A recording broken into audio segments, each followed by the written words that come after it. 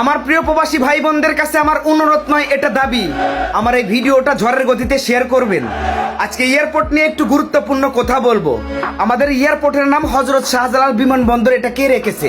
এই নাম কেটে দিয়ে চোর বাটপার চিটার আন্তর্জাতিক বিমানবন্দরের নামকরণ করা হোক।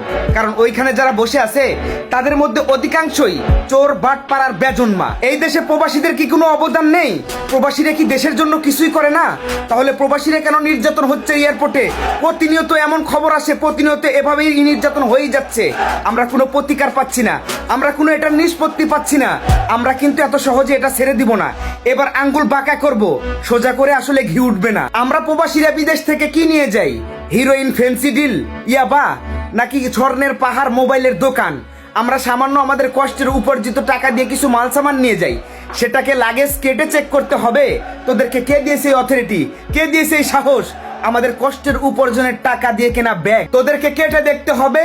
2 কোটি প্রবাসী আমরা প্রবাসী আছি। আমাদের দেশে 2 কোটি প্রবাসীদের পরিবার আছে। প্রত্যেকটা প্রবাসী পরিবারের কাছে আমার অনুরোধ থাকবে, প্রত্যেকটা ঘর ঘর থেকে 2 জন করে মানুষ এয়ারপোর্টে যাবেন। এয়ারপোর্টে যত পুরোনো কর্মচারী আছে, ঝাড়ুদার থেকে শুরু করে বড় অফিসার পর্যন্ত, প্রত্যেককে পিটিয়ে এয়ারপোর্ট থেকে বের করতে হবে। নতুন লোকজনদেরকে নিয়োগ দিতে হবে। আমাদের দেশের আইন, পুলিশ, প্রশাসন, এগুলোকে আমরা অনেক বলেছি, দেশের মাননীয় প্রধানমন্ত্রীকেও অনেক বলেছি, তারা আজ পর্যন্ত আমাদের সমাধান এনে দিতে পারেনি। তাই আমাদের সমাধান আমরাই নিয়ে আসবো। প্রবাসীদের এই দাবি যদি না মানে, প্রবাসীদের এই কাজ যদি না কার্যক্রম হয়, তাহলে মনে রাখবেন আবারও এই দেশে পুনরায় আগুন জ্বলবে।